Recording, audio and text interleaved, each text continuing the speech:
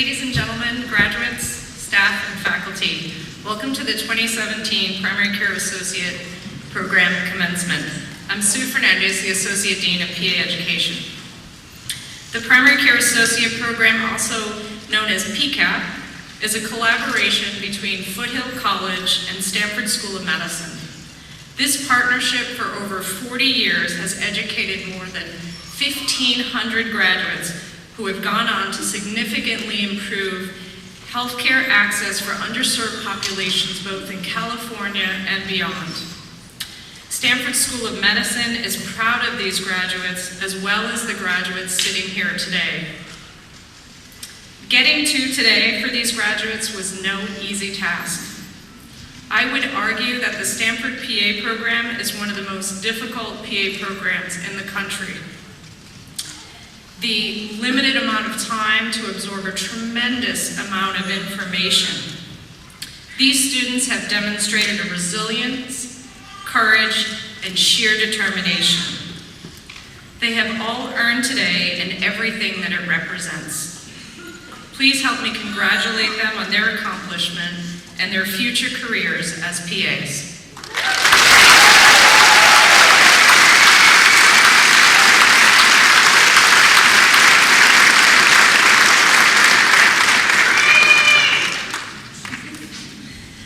It is my honor to introduce to you today our keynote speaker. Dr. Julieta Gabiola is a clinical associate professor in the Department of Medicine, Division of Primary Care here at Stanford. She specializes in internal medicine, focusing on treating patients with high blood pressure and diabetes. Her passion for medical education and providing health care to underserved populations is palpable. She has demonstrated remarkable resiliency throughout her life, and her determination has not only benefited patients and learners at Stanford, but across the globe. Her foundation, ABCs for Global Health, sets to mitigate disparities in healthcare, improve chronic disease management and outcomes, and to improve access to healthcare for Filipinos, both here in the United States and in the Philippines. She has partnered with institutions in the Philippines in research and health education. She has co-authored an interdisciplinary textbook that provides clinical assessment tools for a wide range of learners, including PAs. One of her most notable achievements is her vision, development, and finally launching the first medical mobile health clinic in Pampanga, Philippines. Her target is to help diagnose, manage, and treat cardiovascular disease in indigenous tribes in the area and other populations with limited healthcare access. Dr. Gabiola is laying the foundation for a remarkable legacy that will have a profound impact on generations to come. I hope you are inspired by her story and feel compelled to go out and make your own impact locally and globally. Dr. Gabiola.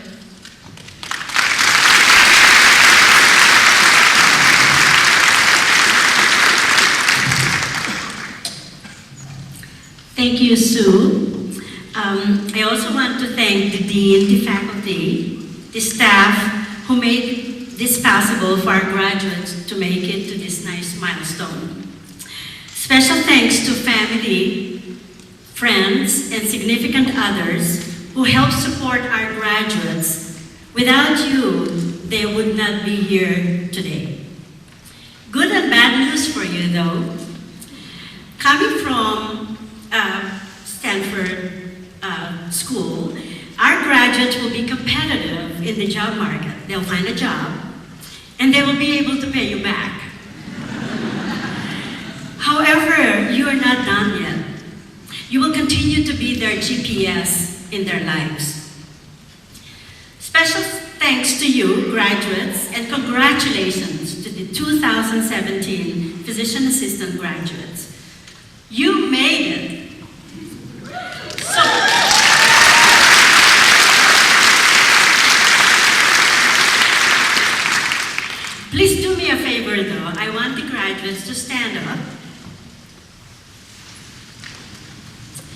turn to your classmates, and give everyone that you could reach with your hand a high five. Now you could turn around and look at your family and friends and nod to them, wink at them, wave at them, and smile and give them a thumbs up.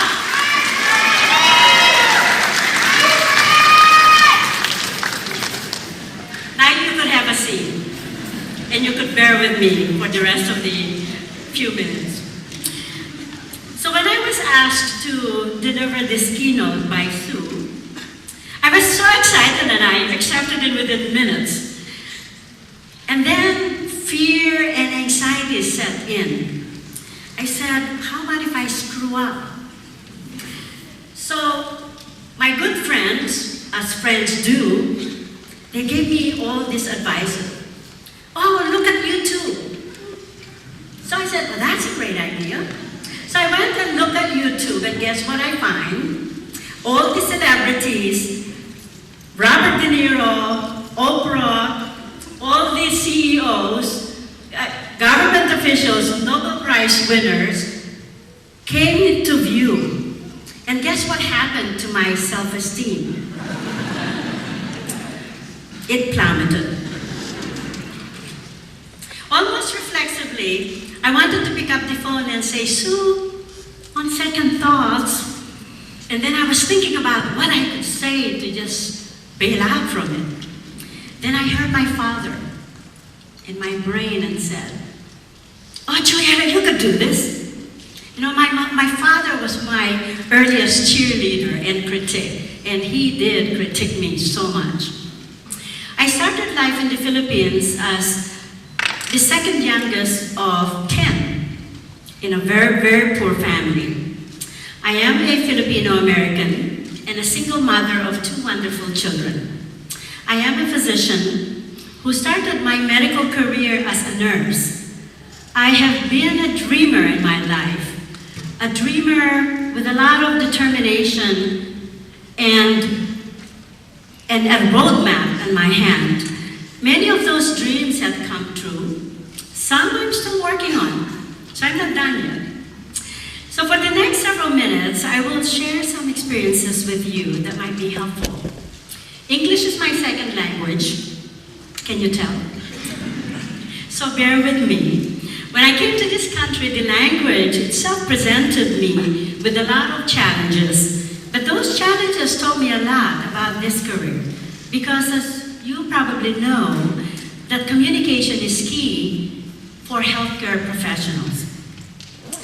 In Tagalog or Filipino, we did not have pronouns. It is not unusual for Filipinos to mix up he and she. For example, even now for me, decades after being in this country, I still confuse people when I say he and I meant she. You can imagine how people might be offended by that. My pronunciation was even much more horrible, and in many ways, it still is.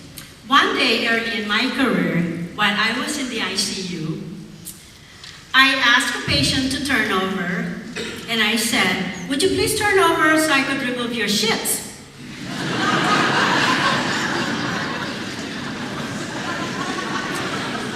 He looked at me swearing bloody murder, and I said, I did not shit in my bed.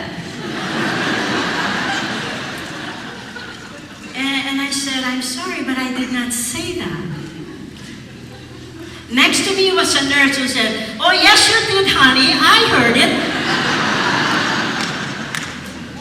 So the next day, so I went home that evening. I was feeling sorry for myself. I was disillusioned. I was very disappointed. I said, how could I make my patient angry?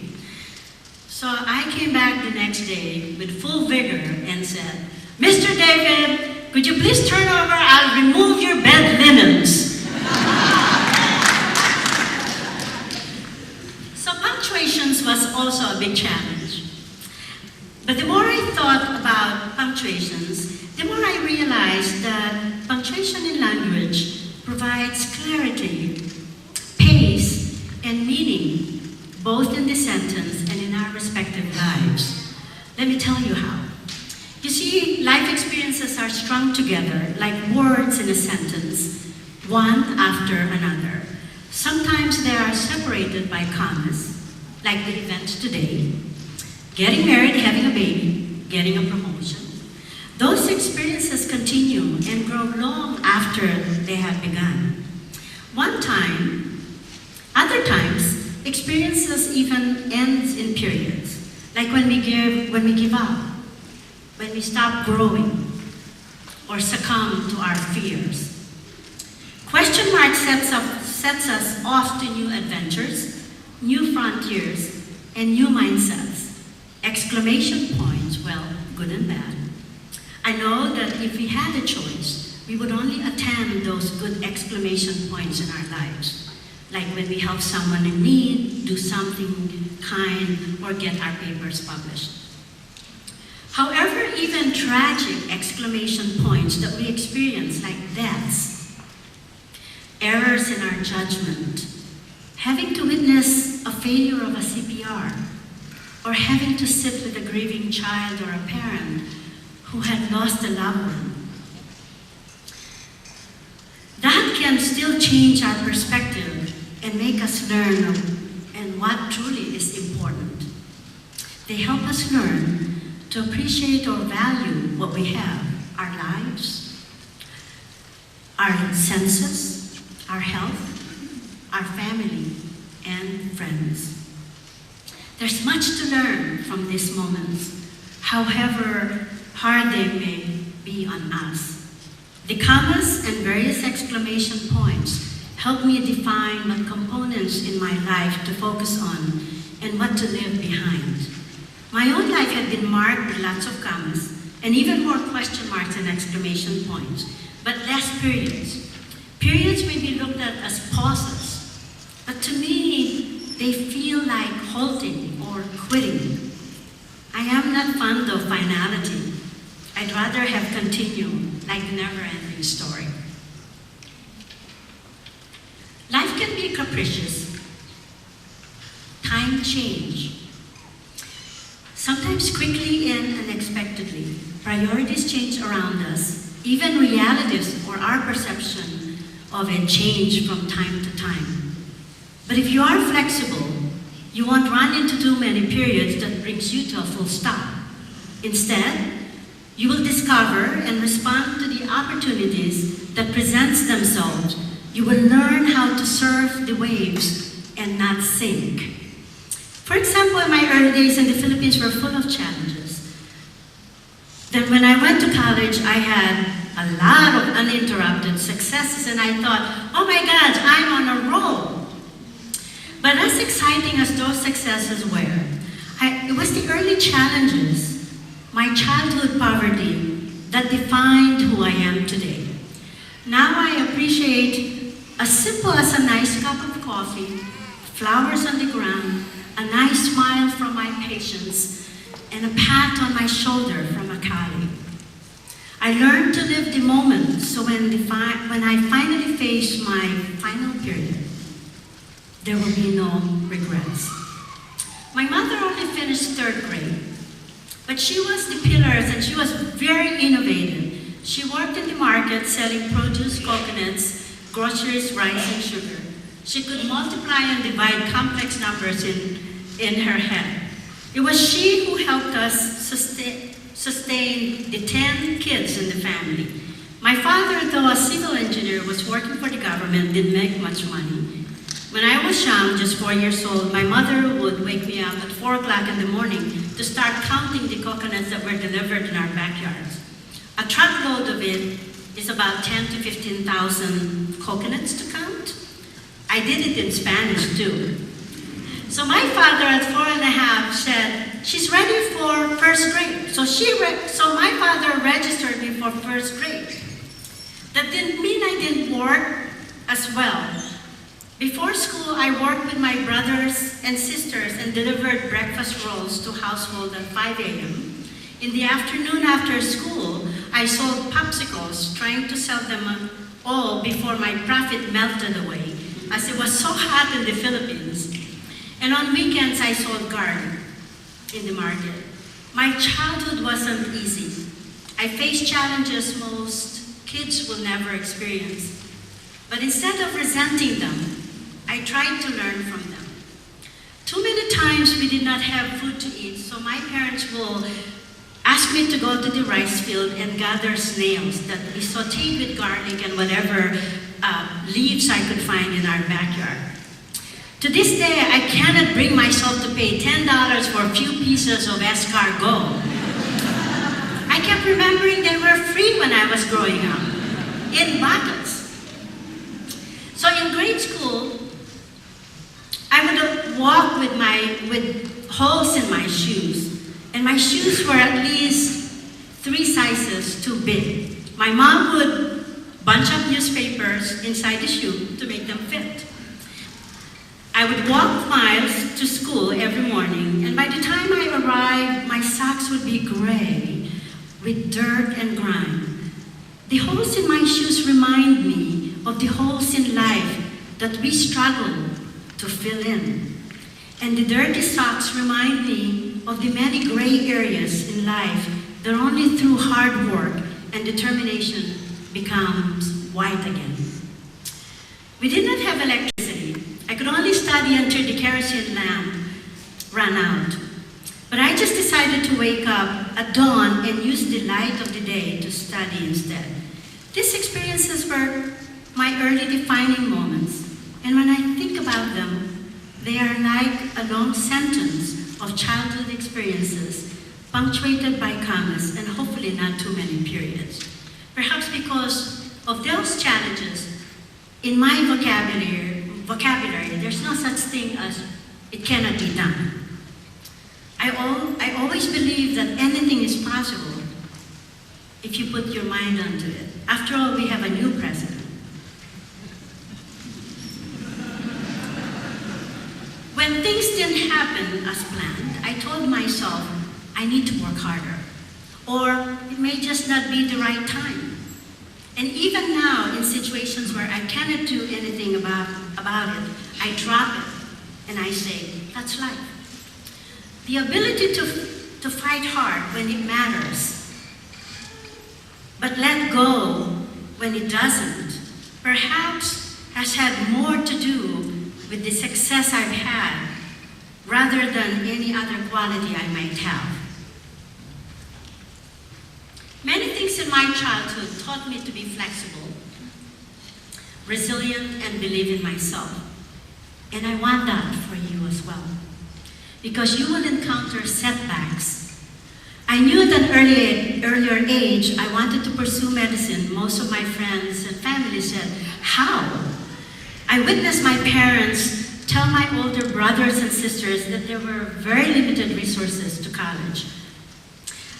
Their schooling were frequently interrupted. Some of them finished college, and some lost interest. I committed then that I will finish college and more. I was a dreamer full of determination with a roadmap in hand. I managed to convince my parents to pay for the first semester in nursing and guaranteed them that I would get scholarship for the rest of the 5 years of nursing, and indeed finished at 19. Those early challenges helped me become who I am today. They shaped how I face adversity. I worked full-time as an ICU nurse and went on to do my pre-med full-time. I tried to do that as well when I was a medical student, but I encountered my first failure in histology exam, so I had to make several adjustments. When I finished college in nursing, I was offered a faculty position, but I turned it down. My dream was to go to the US and study medicine. It wasn't clear at the time on how to do it, but I made it to the US, eventually went to medical school, and it was not a straight line trajectory. There were few detours and disruptions. Several years ago, I was asked to contribute a chapter to a book on leadership published by the Filipino Women's Network. The book is titled Disrupt. I like the title. And the idea is that in order to change or improve your life, You must disrupt the status quo and feel okay outside your comfort zone. That chapter outlines my life in the Philippines and in the United States. My father taught me earlier on, that I should not be fearful about questioning authority, that I needed to fight for what I believe is right. When I was in college in the Philippines, I was the president of the student government and part of a group of students who staged demonstrations against Ferdinand Marcos. Molotov cocktails and tear gas were among our daily experiences.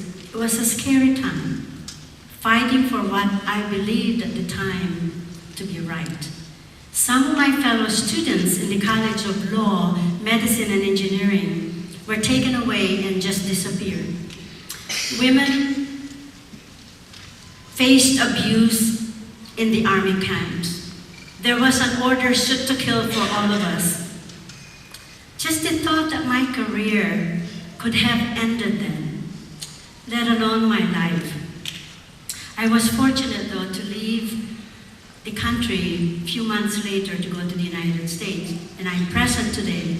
It is those challenges that taught me about resilience, show me that life can always be difficult. So I was 19 when I came out here in the US as a nurse. In those days, when the phone rang in the nurses' station, all the Filipino nurses, including I, would disappear from the nurses' station. And why?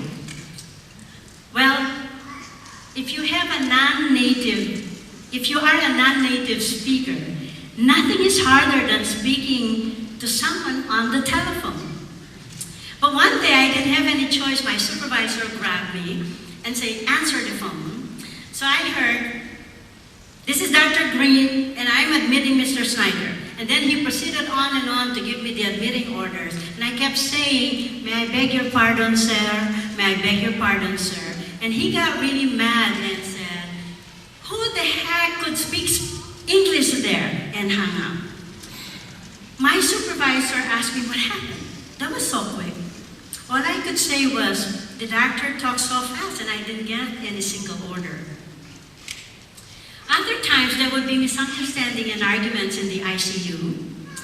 Most of the nurses would say, the alarm on the ventilators and the monitors went off. And I kept saying, no, it went on. And they said, no, it went off. And I said, how could it be off? It goes on and on and on. And I would go away like scratching my head, and I said, I don't really understand this. English is difficult. Another time in the park, I was trying to look for the knob and the button to mobilize the water from that fountain. And I was there for at least a few minutes, maybe 10 minutes, who knows. But I was looking for every part on that fountain, until a 2-year-old boy basically squeezed me out of there and basically stepped on the lever on the bottom of the fountain, and voila, the water came out. Experiences like that become good stories in life, but they are both humbling and embarrassing at the same time. So to succeed, one must be flexible, resilient, and be ready to do some adjustment and fine-tuning. I still get the alarm thing wrong.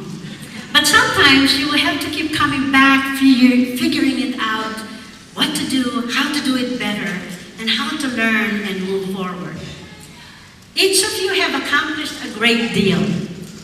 You have your own special stories. Many of you are paramedics, EMTs, nurses, phlebotomists, MAs, with thousands of clinical hours and phenomenal life experiences. You are here today graduating and entering a continuum of lifelong learning.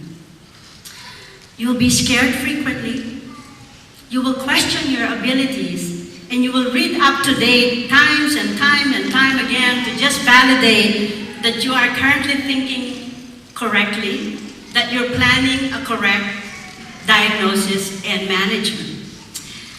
Or you may show a colleague a class that you had seen many, many, many times, but you're still not sure, and you have to be absolutely sure. You will have a lot of disappointments. Perhaps some colleagues will question your abilities and will even further fracture your self-confidence. In medical school, I wanted to apply to a competitive school after medical school. And one of the school leaders, who may have good intentions of protecting me from a big disappointment, discouraged me from going through the first 5 on my list. We all remember those rejection letters, right? But then I decided I have to believe in myself, so I applied to those top 5 programs anyhow. And I got in to Stanford, which was my first choice, and it opened a lot of doors for me, as it will for all of you. So, in order to go through life, you have to know how to take risks, to conquer your fear, and be ready to face the joys and the disappointments that life brings. I lost my husband to pancreatic cancer at 46, and one of my kids asked me then, why could you make your patients better and not that? Why is it that you can't use Pac-Man to basically eat away those cancer cells? I myself questioned my ability to carry on with my 2 children, 8 and 10 years old then at the time. I can recall getting them out of bed at 11 o'clock at night, so I could admit a patient. So I will take them with their blankets and teddy bears. They will sit in the nurse's station, drawing and coloring books with the nurses while I admitted the patients. And there were so many times that I would ask parents to take my daughter home at halftime in soccer, so I could go the second halftime to my son's game. I questioned many times, how would I do this? Full-time work, parenting, a single parent, being in 2 places at one time, and had to cut my budget 50%. I did not know at the time, and I still don't know how I figured it out, but I did, because I am here today, and you are here too. So believe in yourself, draw from your internal strength, keep yourself in a state of balance. Here in Silicon Valley, you may run into people who may have doctor bias, who when they check in the clinic may say, I want to see a real doctor, not a PA. Don't let that face you. There will be times when it is not someone questioning your ability. It may be you questioning your own capabilities. Like I did when I co-wrote a textbook. I was asked to write the textbook on clinical assessment. It's called Patient Focused Assessment by Pearson. When I was asked to work on it, and I asked, why me? English is my second language. I struggle speaking it, let alone writing it. But the publisher wanted an interdisciplinary textbook, a patient-focused assessment textbook. And I guess they felt I was the right choice for it. And it was indeed an honor. So every night and every weekend, for the next 2 years, with dictionaries and thesaurus on hand, I worked on that book and put stories about patient front and center. Oh, and it had so many science in it as well. So I'd written a textbook in my second language. So trust yourself, stretch yourself. You will be so amazed what you can do. As you go forward to new physicians, as you make decisions about patient care, you will have doubts. That is normal. You will be ready to make corrective changes. Your friends, your family, your mentors, they will be your GPS. Mentors out there, remember, you are their GPS. Just because they're graduating now doesn't mean you're done. So graduates, know yourself, chart your own trajectory, and above all, Believe in yourself. As healthcare providers, you'll be filled with commas, question marks and exclamation points, and many more punctuations in your lives. There are many benefits of being physician assistants. Imagine those fulfilling relationships with your patients, the ability to help them with their pain, their tragedy, their doubts and internal conflicts, and being able to celebrate with them their joys. They will thank you for easing their pain, listening to them, and saving their lives. You'll be with them to ease the suffering of a painful diagnosis. Even those moments of silence and shedding tears will be cathartic to them. You can tell them that they will be able to enjoy their graduation, their bar mitzvahs, and celebrate their 50-year golden anniversary. Parents, patients, and parents and people will trust you to help decide for them. They will tell you their intimate secrets.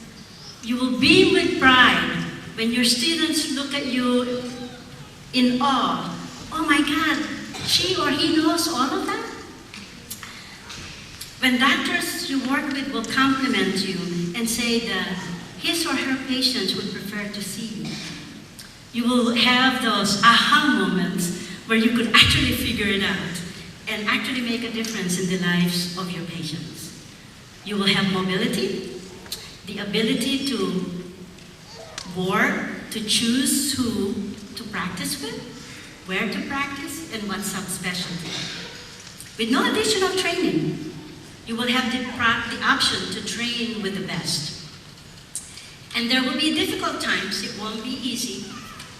At times you will go home exhausted from the pressures of your day-to-day, the decision-making, being on all the time, and you must be compassionate even if you are on your last string. You will be judged on metrics, provide quality of care, cost-saving, and efficient way. You will make mistakes. When the day is not going well, you will want to cry. When a doctor or supervisor questions your decision-making or lists all your screw-ups, you will be disillusioned. Some days you'll go home exhausted. You won't have time to play with your children because you have to close those charts and revisit Epic or live in it for refills, emails, prescriptions, and laboratories to review. Just like the alarm that I alluded to earlier, it goes on and on and on. And then you ask yourself, is this really what I want to do? If you reach out to support from those closest to you and reflect on what contribution you made, you will find that this is the most rewarding path in the world.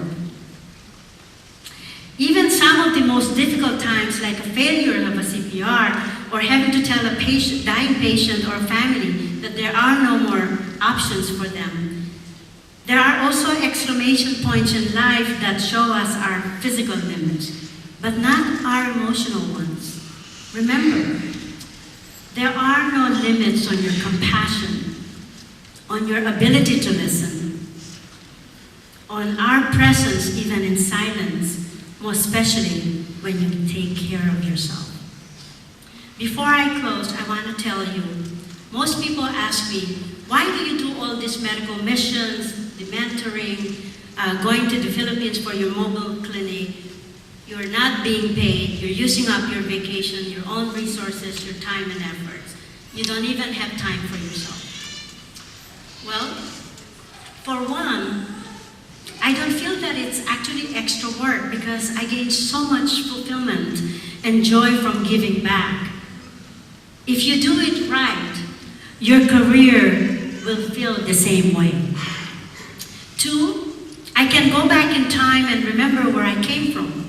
This helps map my trajectory. For you, it helps you form your identity.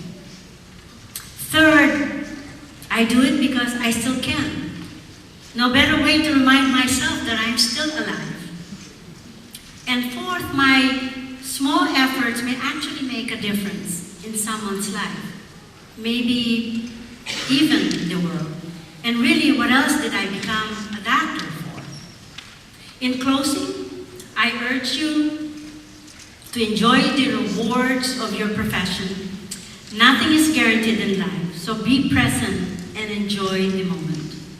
Whomever you teach or learn with, baby boomers, the millennials, the now Generation Z, or I don't know what comes after Generation Z, because it's the end of the alphabet. Anyway, enjoy your journey. It really isn't about the destination. Be compassionate to others, share your talents, and make other people shine. But most importantly, practice self-compassion, nurture yourself, and allow others around you to nurture you. Never stop learning, maintain balance, as it is difficult to share with others what you don't have. We live and work in an amazing time, but as valuable as machines, robots, computers, cyber knives, technological advances, artificial intelligence are, they are merely tools to make us better. Ansel Adams once said that the most important part of the camera is the 12 inches behind it. He was right. I know deep within me, these tools will never replace the humanity, the compassion, the time we spend with patients, the touch, the listening, and the laying on of our hands. To all the GPS in your life, and to the graduating class of 2017 physician assistants, I salute you. Today, without question, is your exclamation point. Congratulations.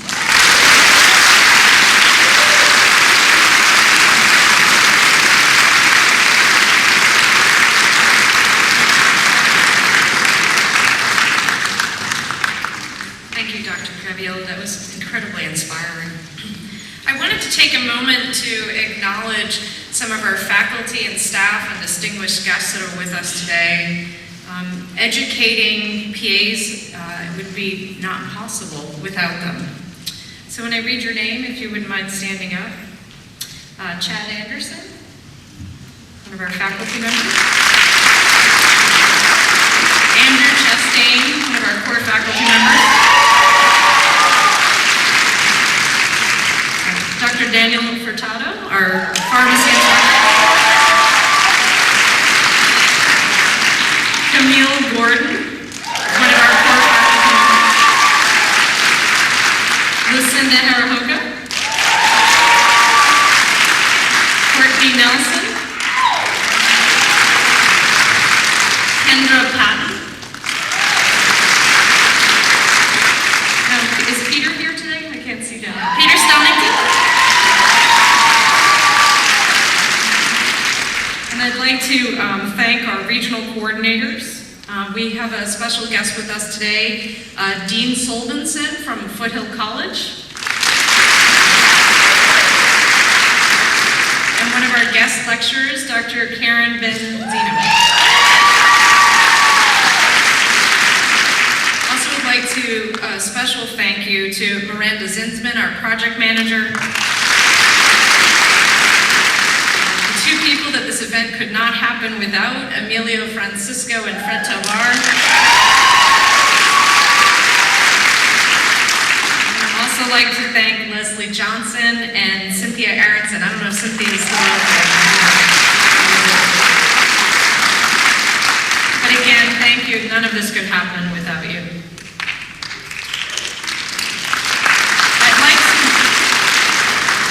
I'd like to invite up Brian Chen, who is going to be our first speaker.